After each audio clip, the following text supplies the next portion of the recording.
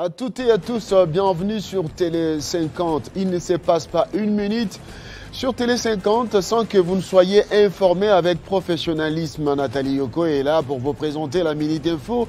Mais après Nathalie Yoko, nous allons continuer notre balade vespérale dans cette émission qui se passe au crépuscule de la journée.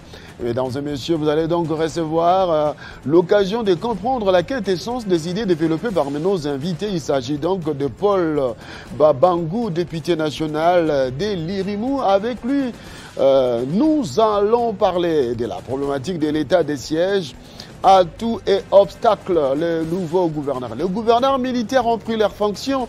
Eh bien, est-ce que la population a accueilli ce gouverneur avec joie? Quelle est la situation sur terrain? Eh bien, on va en parler avec nos invités ce soir. Et après le député national élu d'Irimou, nous allons recevoir Faustin Ouassa, avocat de son état, fils du Maniema. Le Maniema très enclavé. Quelle solution pour réellement contribuer au développement de cette province? On va en parler. Mais pour l'heure, l'antenne à Nathalie Yokomposo pour la présentation des grandes lignes de l'actualité. Nathalie, et bonsoir. Bonsoir Christian Chibassou, bonsoir à tous. Les grandes lignes d'information, c'est tout de suite.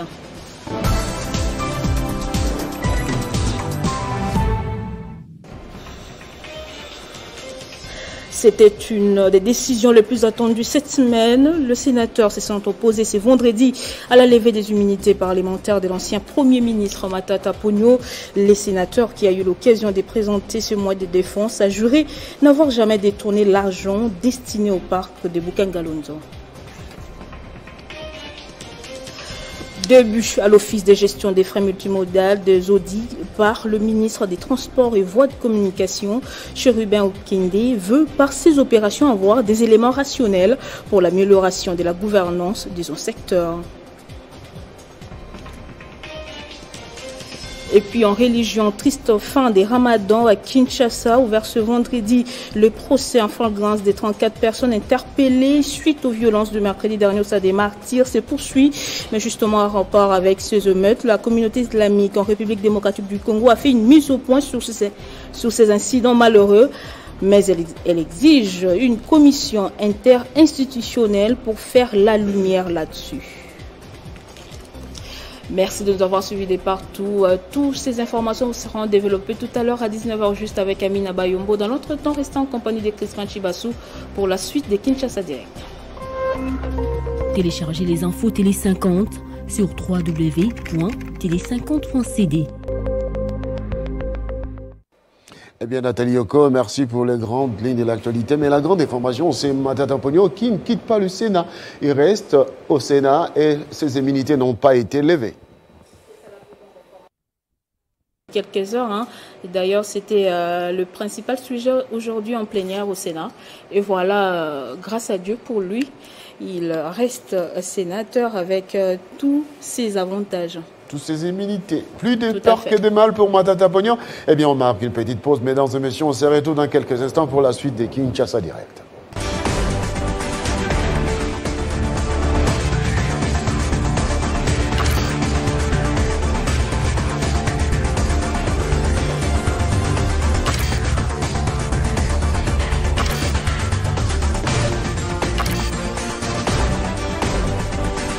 Télé 50 en rouge et blanc. Oui, c'est chic, c'est doux. Restez chez vous sur Télé 50. Très bientôt.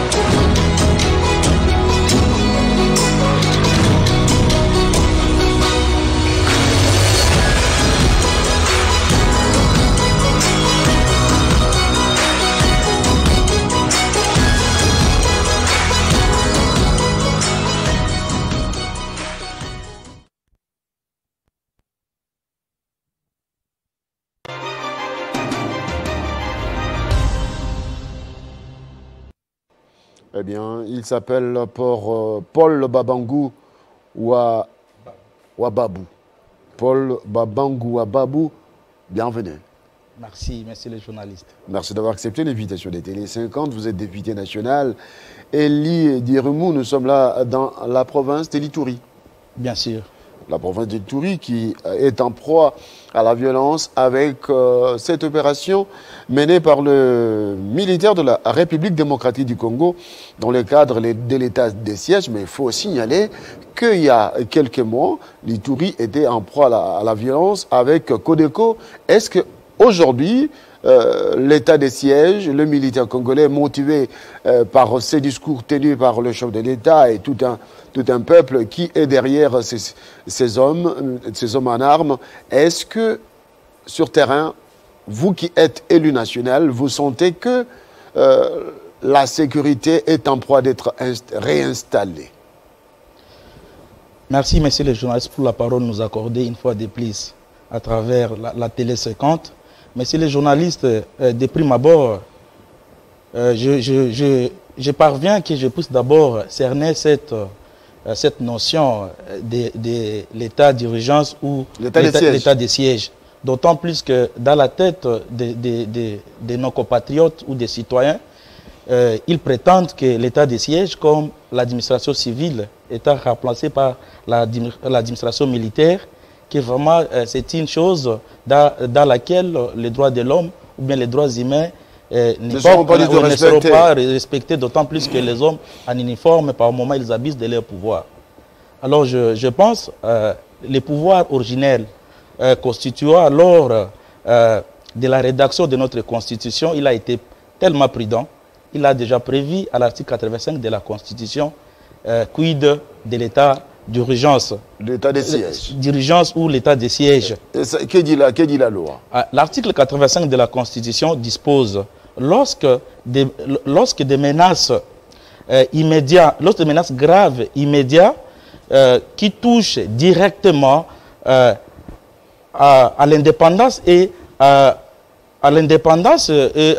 la souveraineté de l'État, l'état des sièges peut être décrété par les chefs de l'État. C'est lui qui a le pouvoir discrétionnaire de décréter, bien sûr, après concertation avec le Premier ministre et le président des deux chambres. Et c'est là en respectant les articles 144 et 145 de la présente Constitution. C'est comme ça que l'état des sièges, c'est un état exceptionnel lorsque l'administration civile a montré ses limites. Alors, quand vous parlez que l'état des sièges doit être convoqué par le chef de l'État, décrété par le chef de l'État, en consultant, après avoir été consulté, en concertation avec le Premier ministre et le président de deux chambres du Parlement, cela veut dire, par des simples dédictions, que la décision du chef de l'État a été prise sans pour autant consulter les deux chambres. Donc la Constitution n'a pas été respectée. Non, la Constitution a été bel et bien respectée. Parce que l'article 85 dispose, c'est après la concertation avec les présidents des deux chambres, pas l'Assemblée nationale, les présidents, d'abord le Premier ministre et le président des deux chambres. Ça a été fait? Oui, ça a été fait par le président de la République, observez même.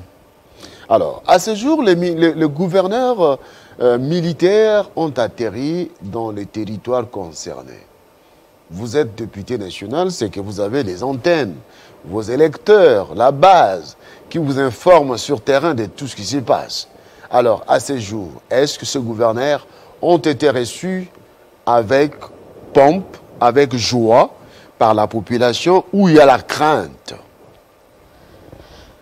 Messieurs les journalistes, dès lors seulement, d'abord, pour décréter l'état de siège dans les deux provinces, cela émane de plusieurs plaidoyers des députés nationaux de ces deux provinces et les forces vives, c'est-à-dire la société civile. Nous tous, à travers au moins 8 déclarations politiques, nous, élus de la province de l'Ituri, on avait sollicité, ça fait au moins 6 mois, on sollicitait à chaque fois que l'administration civile l'administration civile n'était pas à même de donner la paix et la sécurité au sein de notre province. Nous, on demandait que le chef de l'État décrète l'état de siège. C'est-à-dire, le chef de l'État a rencontré d'une part notre assentiment. C'est pourquoi vous avez vu les messages de félicitations que nous lui avons adressés à pleine plénière de la semaine passée. Pour juste, nous avons appelé nos bases que nous puissions faire des conjonctions de forces. Conjonction de forces. Oui, conjonction de forces. Soutenir le gouvernement militaire. Oui, soutenir ce gouvernement militaire, parce que nous, les civils, ça nous a été quasiment impossible, d'autant plus les violences et les meurtres qui se produisent en Ituri depuis 2017, les plus récents, ça a été un peu difficile par rapport à nos gouverneurs de trouver des solutions idoines. Alors, parce que ça devenait déjà exceptionnel, il a fallu des mesures exceptionnelles telles que l'état d'urgence. L'état d'urgence, oui, mesure exceptionnelle. Mais est-ce que l'état d'urgence va venir éradiquer l'insécurité à l'est du pays, ou ça sera temporairement l'accalmie, le calme qui précède la tempête? Merci, messieurs les journalistes. Nous, comme élite du peuple, nous représentons, n'est-ce pas, les peuples congolais, et nous représentons par moments aussi les FARDC ainsi que la police. Monsieur les journalistes, j'ai eu d'entretien avec un officier militaire par rapport à l'état des sièges pour que je puisse aussi appréhender du point de vue technique. Est-ce l'état des sièges va procurer la paix à l'Est? Lui, il m'a dit clairement, cet état des sièges va procurer quand même la sécurité à l'Est au moins à 40%. À 40%. Moi, je lui ai posé la deuxième question, pourquoi pas à 80%? D'autant plus que, bon, bien sûr, ça n'existe pas dans un État où il y a la sécurité parfaite, ou bien la sécurité à 100%. Il n'y en a pas, sécurité zéro. Même les criminologues a défini, ça n'existe pas nulle part au monde. Même aux États-Unis, même en France, ça n'existait pas. Alors lui, il m'a fait savoir, au sein des forces armées, nous avons certains des problèmes. D'autant plus, 70% des membres des forces armées en République démocratique du Congo ont des charges familiales. Et les 30% constitués des jeunes qui peuvent combattre l'ennemi et qui peuvent faire mieux. Alors, à ce stade, comme les conjonctures ou bien la modicité de notre budget national ne répond pas à 60% aux besoins de ces 70% des membres qui composent les forces armées, d'autant plus qu'ils sont déjà dans le social, avec les charges des membres de leurs des différentes familles. Ils sont, alors, au moment où nous sommes en train de parler, il faut, pour nous les députés, et l'État de mobiliser les moyens idoines pour que l'État dirigeance atteigne les buts pour lesquels les chefs de l'État avaient décrété. Et nous devons veiller à ce qu'ultérieurement, qu'on puisse procéder au recrutement des militaires jeunes qui n'ont pas de charge sociale. Ce sont ces militaires qui combattent. Lorsqu'un militaire qui a déjà 70 ans, 60 ans, 50 ans, avec 10 ou 15 enfants, il n'est pas vraiment très fort ou performant dans les lignes de front. D'autant plus, il voit des charges qu'il attend derrière sa tête. Mais les jeunes combattent à tout pour tout.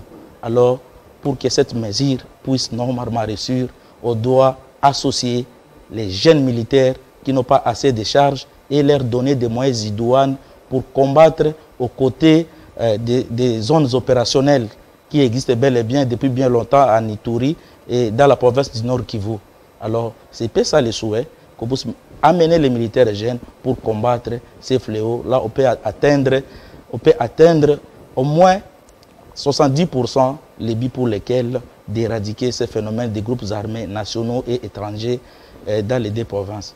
Alors, au cas où le 40% sont en terme, il faudra les suivre, il faudra continuer avec cette détermination. Parce que lorsqu'on attaque l'ennemi, certes, en décrétant l'état des sièges, bien, les groupes armés se disent, ben, écoutez, l'armée est en branle, toutes les forces sont mises en route pour nous attaquer. Eh bien, il faudra d'abord nous cacher et nous relever après. Quelle est la stratégie à long terme? Parce que l'état d'urgence, 1 mois, renouvelable, on a vu cela avec l'état l'état de siège, c'est comme l'état d'urgence. On a vu cela l'année passée. Ça peut être renouvelé 1 mois, 2, on peut aller au-delà. Mais ça ne peut pas aller indéfiniment. Parce que les politiques les politiques voient dans l'état de siège l'aspect de trouver raison pour ne pas organiser les élections en 2023. D'où, vous, en tant que député national, que dites-vous de cet aspect des choses? Monsieur le journaliste, je pense, loin de cette idée de dire que l'état d'urgence ou cet état de siège pourrait empêcher à ce que les élections puissent s'organiser à 2023. D'autant plus, les chefs de l'État, la plupart du temps que nous sommes ensemble, lorsqu'ils nous convoquent, nous, bien sûr, les députés, vous, députés nationaux. Oui, nous, députés nationaux, ou bien les députés, dans le cadre des lycéens, les députés de l'Union sacrée, les chefs de l'État ne cessent de dire qu'il y a élection à 2023. Je pense que ça c'est une parole d'honneur. Parole d'honneur, mais quelque part, vos collègues députés tels que Délice Sanga dénoncent la nonchalance dans le traitement des textes des lois qui devraient en principe porter à l'organisation des élections en 2023. Les temps est jaloux. On ne va pas arrêter les temps pour organiser l'enrôlement, mettre en place les réformes qu'il faut, mettre en place les animateurs de la CENI. Eh bien, le temps est tellement court qu'on s'est dit que ça sera difficile, malgré les dires du chef de l'État. Monsieur le journaliste, l'État, nous osons croire la CENI telle que M. Nanga a formé des personnels. Il y a des personnels conséquents pour l'organisation des élections, même dans moins d'1 année, si c'est avec machine à voter. Si ce n'est pas avec machine à voter, nous pouvons aller dans 2 ans, nous sommes encore à 2021, à 2023. Alors encore, c'est à la fin de l'année, au mois de décembre, le 30 décembre 2023, nous espérons que les élections auront bel et bien lieu. Très bien. Revenons à l'état des sièges. À ce jour, les peuples du Nord Kivu et de l'Ituri, est-ce qu'il y a conjonction, comme vous l'avez dit? Est-ce qu'ils soutiennent la présence des forces ougandaises, des forces armées de la République du Kenya? Et on parle même de Rwandais qui voudraient aussi prendre part à l'affaire. À cela s'ajoute la MONUSCO. Vous ne trouvez pas que ça fait un peu trop d'armées sur nos terres? Monsieur le journaliste, votre question elle est tellement pertinente. Ça, c'est une question que tout le monde est en train de se poser, même les communs des mortels. Mais monsieur le journaliste, vous allez vous réaliser, nous, les caucus des députés de l'Ituri de Nord Kivu, nous nous sommes rencontrés plusieurs fois avec les premiers ministres sortants, comme le premier ministre Sama Lukonde, et avec les chefs de l'État. Nous disons clairement à toutes ces autorités que dans nos provinces, que ce soit la province de l'Ituri du Nord Kivu, nous ne voudrons jamais la présence de l'armée rwandaise dans n'importe quelle mission, même si ce sont eux qui peuvent faire plus, mais nous refusons parce que nous connaissons les conséquences y afférentes ou bien les conséquences antérieures. Mais nous avons accepté de bonne foi au nom de la population ou bien du peuple congolais ou bien de la population de la province de l'Ituri que nous représentons, que nous puissions connaître des missions mixtes entre les FARDC et l'UPDF de l'Ouganda. Et par conséquent, il y a eu le chef d'état-major général de l'armée ougandaise et ses adjoints sont venus ici à Kinshasa pour entrer en contact avec le chef d'état-major des FARDC, mais ils ne pouvaient pas nous rencontrer, d'autant plus que nous sommes politiques. Ils se sont rencontrés entre eux et nous sommes allés même dans les domaines de diplomatie, demandant que nous puissions faire des missions interparlementaires. Nous, les députés de ces 2 provinces, que nous puissions aussi faire des missions parlementaires, ensemble bien sûr avec nos collègues de l'Ouganda, pour que nous puissions éradiquer ces phénomènes ensemble. C'est-à-dire, nous présumons que l'Ouganda est de bonne foi, mais pour le Rwanda, c'est sous réserve. Ça, nous n'avons jamais accepté. Et j'ose croire que mes collègues n'acceptent pas. Et quelle est la réaction de la population? Et par rapport à l'armée kenyane, alors, jusqu'à preuve du contraire, on n'a jamais eu des antécédents avec la République kenyane. Alors, leur présence, je crois, c'est la bienvenue. Nous ne pouvons pas aller contre, mais pour l'armée rwandaise, vraiment, nous ne sommes pas d'accord. Qu'est-ce qui justifie l'appel de ces armées? C'est parce que, comme vous l'avez dit, que notre armée est composée à 70% des personnes qui ont des charges familiales, oui, et 30% des jeunes. Donc, il faut appeler les forces combattantes venant des pays voisins, des pays limitrophes, pour nous prêter main forte. Est-ce que ça n'aura pas des effets? M. Laurent Désiré Kabila avait entré au pays, Etienne Tshisekedi Ambulumba avait posé la question. Dites-nous la facture, le montant de la facture que nous puissions payer afin que les militaires rwandais puissent rentrer chez eux. Quelle est la facture que l'État congolais devra payer avec la présence des militaires kenyans, les IDF au Ougandais, ainsi de suite? Est-ce qu'ils sont venus de bonne foi ou il y aura une facture à payer? Bon, je pense que nous sommes ici dans le cadre de la diplomatie. Dans le cadre de la diplomatie militaire, le chef de l'État, il a constaté depuis, ça fait au moins des décennies, qu'il y a le cycle infernal de violence à l'Est. Des massacres, des tueries, des crimes, des masses, pour lesquels certains membres des FARDC ont été même déférés devant la CPI. Principalement, c'est des Lituri, ils ont répondu devant cette cour. Alors, on se rappelle de Thomas Lubanga qui s'est retrouvé avec la justice internationale. Oui. Donc, à ce jour, vous pensez que la présence de ces forces permettra à ce que la paix revienne, parce que les rebelles, parmi les forces négatives, on retrouve aussi les rebelles ougandais. Est-ce que c'est parce que la tactique, ils connaissent la tactique des rebelles qui sont là? Bon, nous, à chaque fois, nous demandons à ce que l'Ouganda, que nous puissions faire, notre armée, avec l'armée ougandaise, puisse faire des opérations mixtes. Pourquoi? Nous connaissons les conséquences. D'autant plus, la plupart d'armes à feu et d'armes de guerre que nous retrouvons dans ces deux provinces, ces armes, à l'origine, proviennent essentiellement de l'Ouganda, à travers leurs incursions en 98, 2002. Je pense que vous êtes des bons mémoires. La guerre des 6 jours qui s'en gagne et tout consort. Ces armes proviennent de l'Ouganda.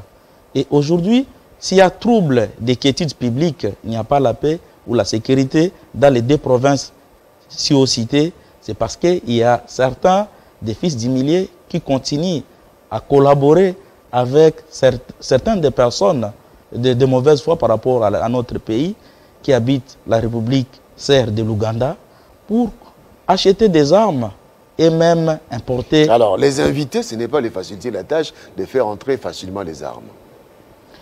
Bon, nous, dans notre technique, c'est prendre à ceux qui puissent être des témoins. Lorsque nous accusons toujours qu'à 70% des ADF NALU, ce sont des sujets ougandais, il faudrait qu'ils puissent palper ça demain. Si la ligne de front, qu'ils puissent découvrir, c'est vrai que la République démocratique du Congo s'est plainte dans sa partie est par rapport à l'existence des ADF NALU, pour lesquels il y a même des suspicions que l'État ougandais, n'est-ce pas, était en train de bénir les ADF NALU pour troubler l'Est de la République démocratique du Congo. C'est une façon de les responsabiliser.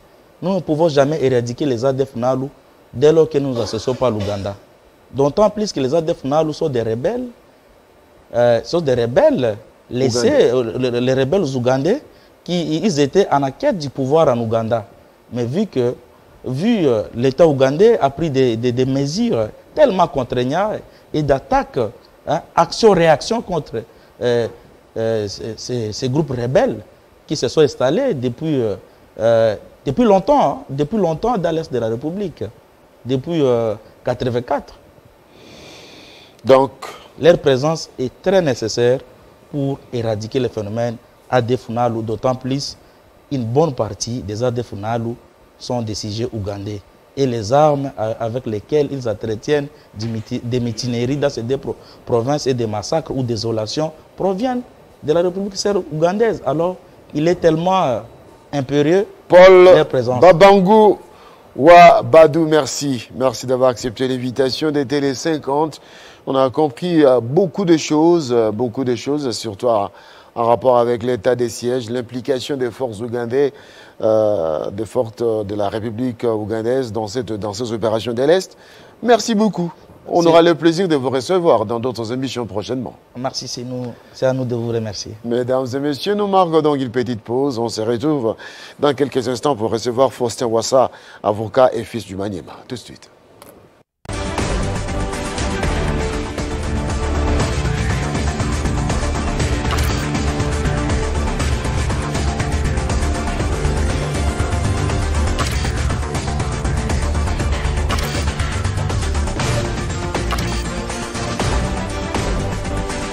Télé 50 en rouge et blanc.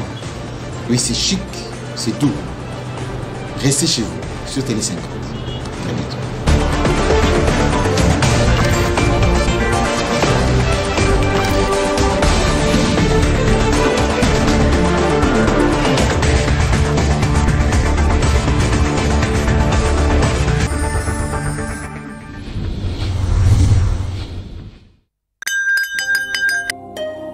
Plus de 9000 églises de réveil en République démocratique du Congo, dont 3000 pour la seule ville de Kinshasa. Ces églises dites d'éveil spirituel sont-elles l'opium du peuple congolais ou une bénédiction pour la RDC? Quelle est véritablement la cause de la multiplicité de ces églises? Est-ce le désir de propager l'évangile, l'égoïsme, la division ou le manque de leadership? L'Église est-elle devenue une stratégie d'exploitation, un facteur du sous-développement ou un levier du développement humain? À qui profite-t-elle réellement? Quel est leur rôle, leur contribution et leur impact sur la vie sociale du Congolais? L'on se demande, faut-il les rassembler, les restructurer ou tout simplement les fermer comme dans plusieurs pays du monde? Quelle législation pour ces ASBL, ces fondations ou ces entreprises? Existe-t-il en RDC une autorisation d'implantation d'églises, depuis Aïdina Bala à Dodo Kamba, en passant par Verno, Tamboulou Koki, Fernando Coutinho, Soni Kafuta, Mutombo Kalombo, le couple Olangui, Emmanuel Mbilé, Dr Ngalassi, Sikatenda, Albert Konkenza, Roland Dallot, Barouti, Daniel Kawata, Dioka, Kindomba Jean Bosco, Marcelo Tonassi, le clan Lessi, Makadi, Safari, Mukuna, jusqu'à la génération du pasteur Atom Sumbouma.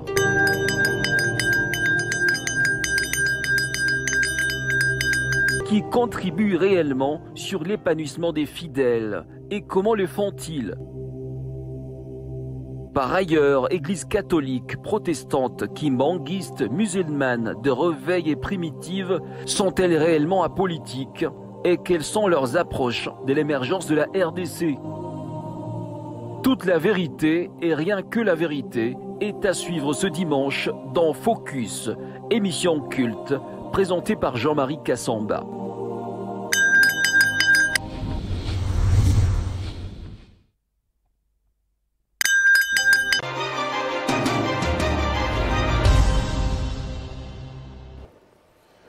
Faustin Ouessa, avocat et fils du Maniema, était avec nous pour continuer Kinshasa Direct, cette émission vespérale diffusée à partir de la capitale de la RDC. Faustin Ouessa, bienvenue. Merci. Merci d'avoir accepté l'invitation des Télé 50. Vous êtes fils du Maniema, donc quelqu'un qui connaît le Maniema. Aujourd'hui, les questions hantent les esprits de voir que c'est une province enclavée qui ne décolle pas malgré les hommes d'État que cette province a eu à engranger dans l'histoire de ce pays, Premier ministre, un ministre, PDG et consorts. Mais votre province manque toujours les décollages. Qu'est-ce qui est à la base? Merci beaucoup pour cette question combien pertinente. Dire que le Maniema ne décolle pas, c'est une vision pessimiste des choses. Parce que vers 2003, je venais de Bukavu pour m'installer comme un jeune avocat avec des activités d'association sans but lucratif à caractère droit de l'homme. c'était lamentable. Mais quand vous voyez aujourd'hui, vous pouvez vous dire qu'il y a de l'espoir. La ville de Kindu a des routes, des belles routes. Et on a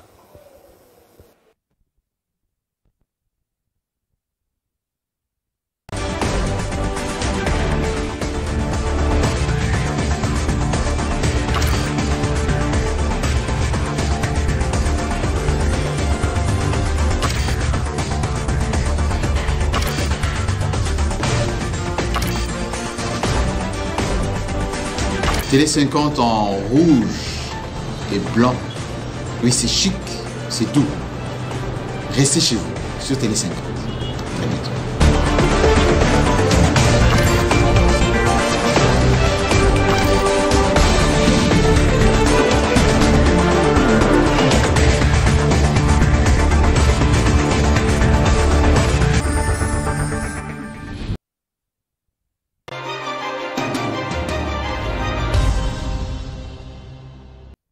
Oui, nous avons connu un petit problème, mais c'est déjà parti, c'est déjà réparti. Donc avec OSA, la province du Maniema, oui, des belles routes, grâce à Matata Pognon qui vous a quand même aidé. Hein.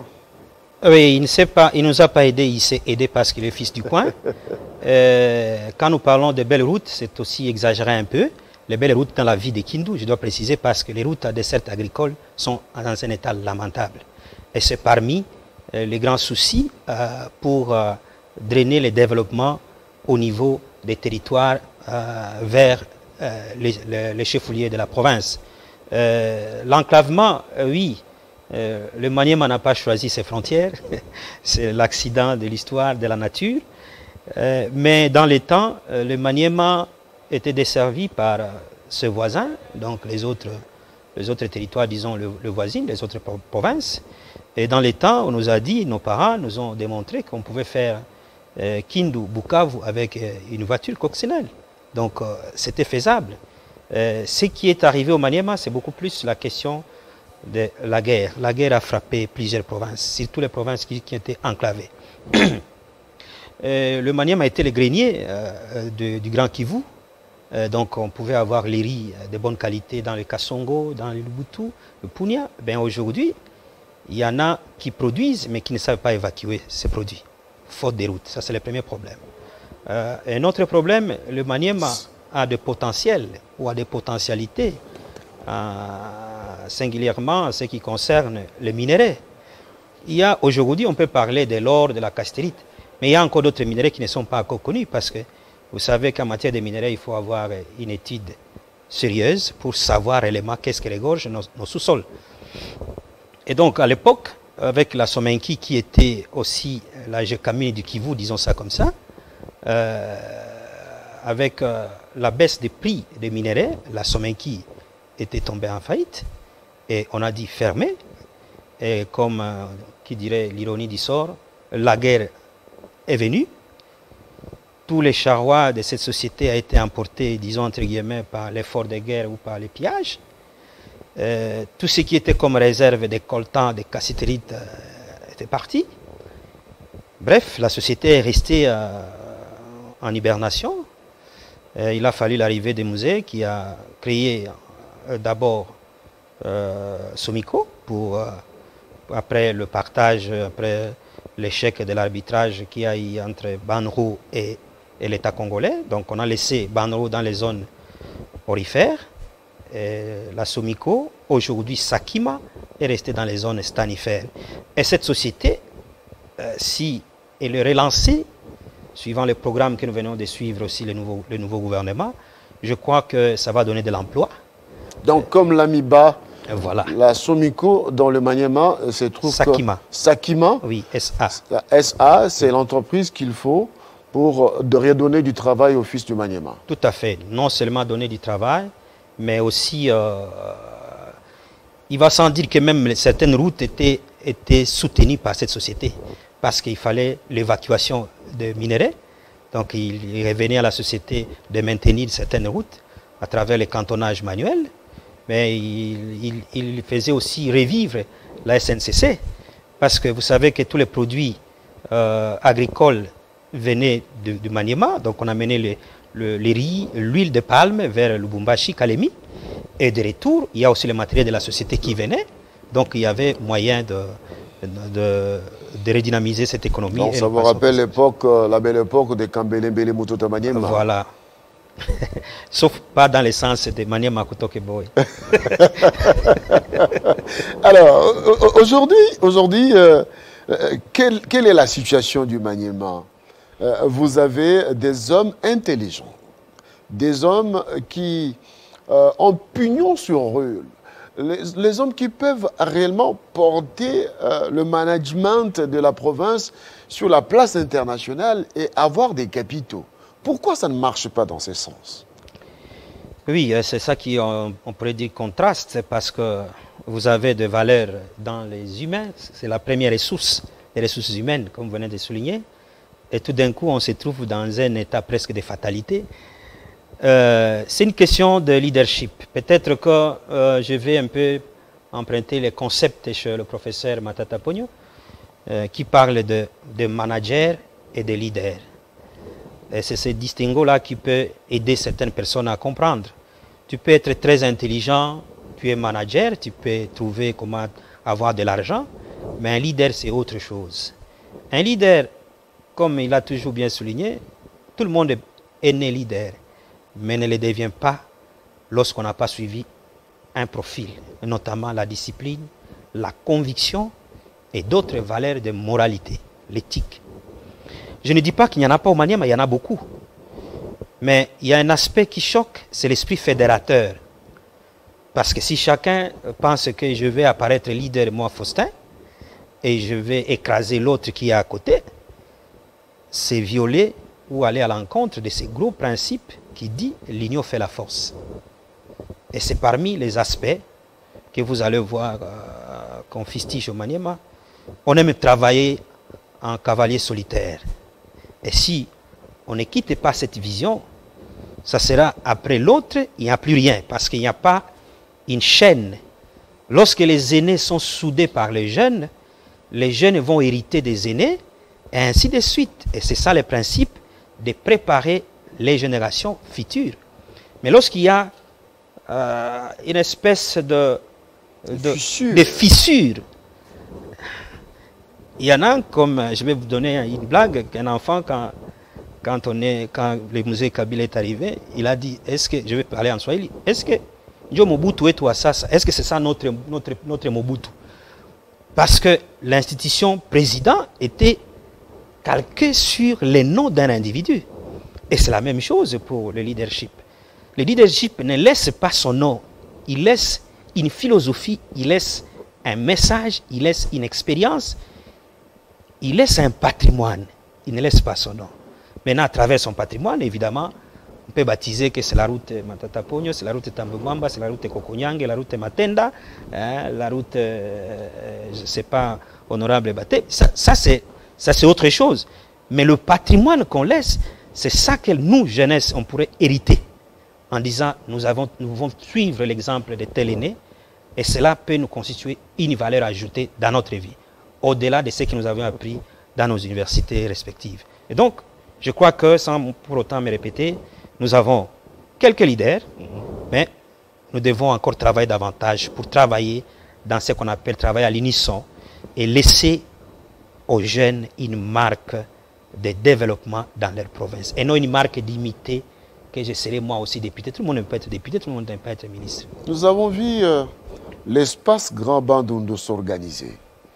Tous les grands leaders, les notables se retrouver, réfléchir pour le Grand Bandundu. Même s'il n'y a pas encore des effets, mais nous avons vu l'unité du Grand Bandundu. Ressortissants du Bandundu, quel que soit votre bord politique, vous vous retrouvez autour d'une table, vous discutez Bandundu. Est-ce que doit-on aujourd'hui comprendre que, comme vous venez de le démontrer, que les fils du Maniema ne peuvent pas se retrouver, et pourtant, parmi les solutions que vous préconisez, c'est l'unité. Donc il faudra que les notables le notable du coin, les notables du Maniema, Kokonyangi, Tambouemamba, Matata Pogno, l'ancien ministre des Finances, c'est-à-dire tous ces grands qui ont une idée, qui ont des entrées par-ci, par-là, ils peuvent se retrouver pour réfléchir et donner de l'impulsion dans votre province, à votre province.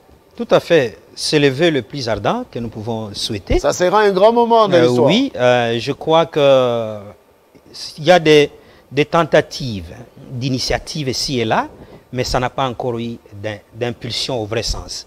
Parce qu'il y a encore ce qu'on appelle les soupçons.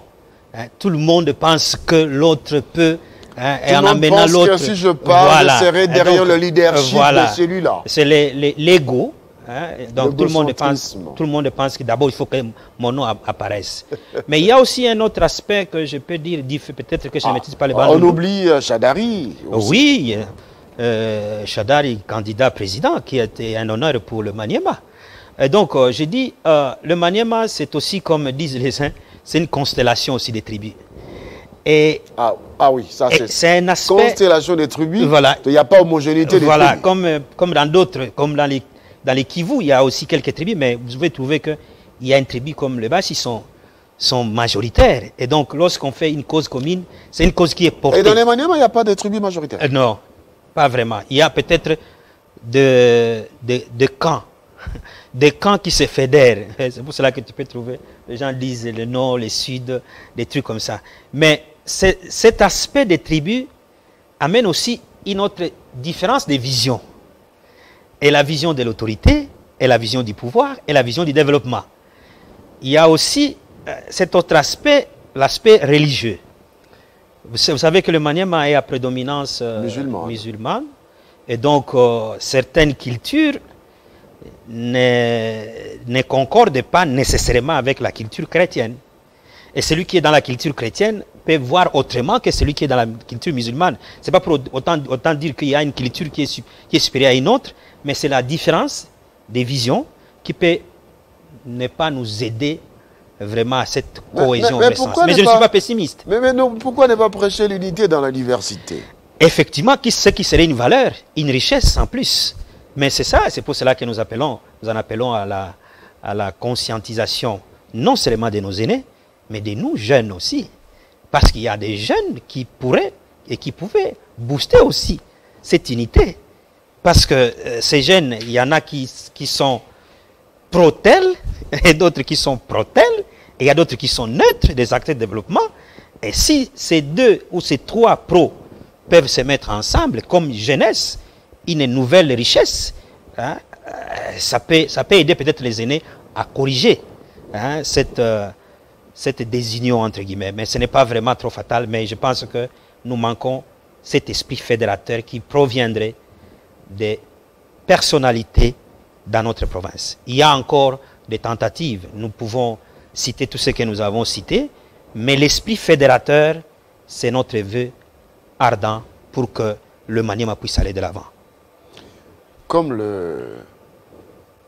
les chrétiens écoutent beaucoup plus le pasteur et le prêtre, et pourquoi pas les imams prendre l'initiative et le pasteur de pouvoir convoquer leurs fils, parler développement de cette province, qui n'est plus un grand village avec l'université Matata Mponyo.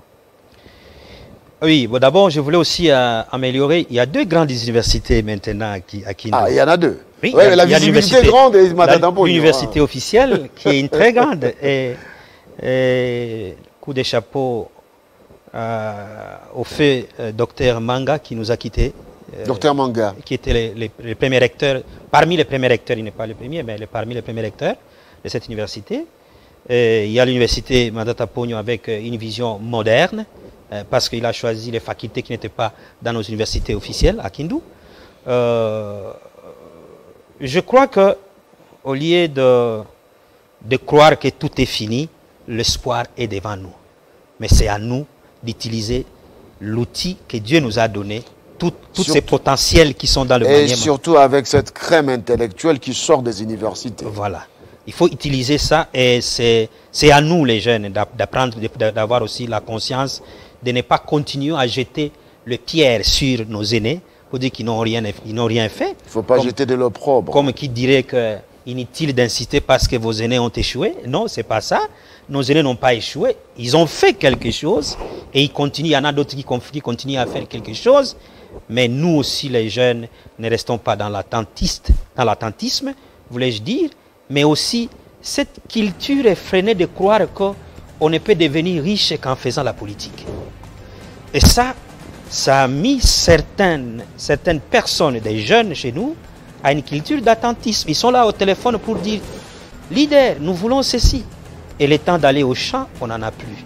Le temps de raisonner autrement, on n'en a plus. On reste sous une dépendance mentale. Et ça, c'est dangereux lorsqu'on croit qu'il y a quelqu'un qui réfléchit à ta place.